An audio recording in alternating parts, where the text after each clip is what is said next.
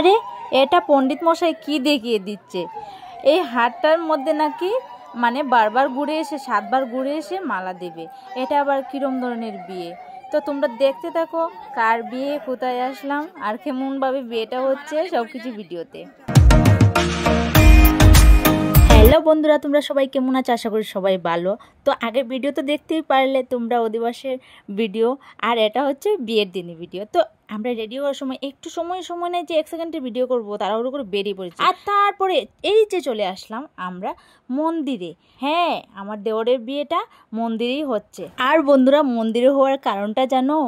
কারণটা হচ্ছে, তোমরা ভাবছো হয়তো ভালোবাসার বিয়ে, না, এরকম কিছুই না। ঘর থেকে দেখে অ্যারেঞ্জ ম্যারেজ বিয়েটা হচ্ছে, কিন্তু মন্দিরে হচ্ছে। সেটার অনেক কারণ আছে, তো আমি আস্তে আস্তে বলছি, তোমরা ভিডিওটা কন্টিনিউ দেখতে থাকো। তো বিয়েটা হচ্ছে আমার দেওরের।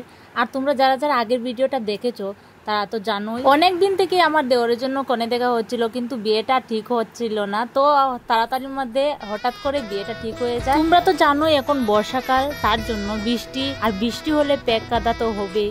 আর কনের বাড়ি হচ্ছে গ্রামে, যেহেতু এখন বৃষ্টির দিন তাই প্যাক তো হবেই, কাদা তো হবেই। আর এর জন্যই নাকি বিয়েটা মন্দিরে রাখা হয়েছে। বন্ধুরা, মন্দিরে বিয়ে হচ্ছে তো খুবই ভালো, কিন্তু পণ্ডিত মশাই যে কোন নিয়মে বিয়েটা করাচ্ছেন আমরা তো দাঁড়িয়ে দাঁড়িয়ে অবাক হয়ে দেখছিলাম। এই যে প্রথম মালা ঘুরে আসলো ও, আর এখন দেখবে যে মশাই কিভাবে দেখিয়ে দেয়, গলায় মালা না দিয়ে হাতে মালা দিবে নাকি বারবার ঘুরে এসে। আর এই যে পণ্ডিত মশাই কিভাবে দেখিয়ে দিচ্ছে, এভাবে রাখতে বলছে হাতটাকে, আর এই হাতে মালাটা দিবে আর কি ঘুরে ঘুরে। তো বন্ধুরা, আমরা তো আর কোনোদিনই এইভাবে বিয়ে হতে দেখিনি, তাই একটু অবাক হয়েছিলাম সবাই। এই বৃষ্টির দিনে যদি বিয়েটা না হতো তাহলে তো বাড়িতেই হতো, আর কত সুন্দর হতো। তবেও কিছু করার নেই, সবকিছুই একটা সিচুয়েশনের মধ্যে ডিপেন্ড করে। আর একদিকে খুব ভালোই হলো, কারণ আমরা আর কোনোদিনও কোনো মন্দিরে বিয়ে দেখিনি। এই প্রথমবার, আমি তো প্রথমবার জানি না আর কারোর কথা, কিন্তু আমি তো প্রথমবারই মন্দিরে এসে বিয়ে। বন্ধুরা, বিয়েটা পণ্ডিত মশাই যে নিয়মই করাক না কেন, মন্দিরে ঠাকুরের সামনে বিয়েটা। তো একটা মালা দেওয়া শেষ, তো বিয়েটা শেষ হলেই আমরা যাব সবাই মিলে ভবনে। আর শুনেছি ভবনটা নাকি খুব। আচ্ছা বলো তো বন্ধুরা, এটা কোন মন্দির? আমি বলছি, এটা হচ্ছে বদলপুর সিদ্ধেশ্বর মন্দির, আর এটা খুব ফেমাস। এটা একটা তীর্থস্থান। এখানে চৈত্র মাসে তীর্থস্নানের সময় অনেক বড় করে মেলা। বন্ধুরা, আরো তো কত বিয়ে দেখেছি, বিয়ের সময় কত হই হুল্লোড় হয়, কিন্তু এই বিয়েটা হচ্ছে খুবই শান্ত।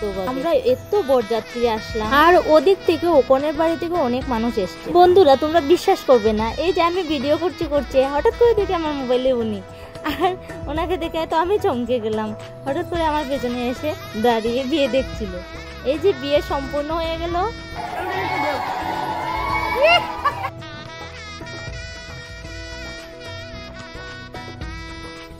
দিনের বেলা জানি না কত সুন্দর এই ভবনটা, কিন্তু রাত্রেবেলা আমার একটুকু ভালো লাগেনি।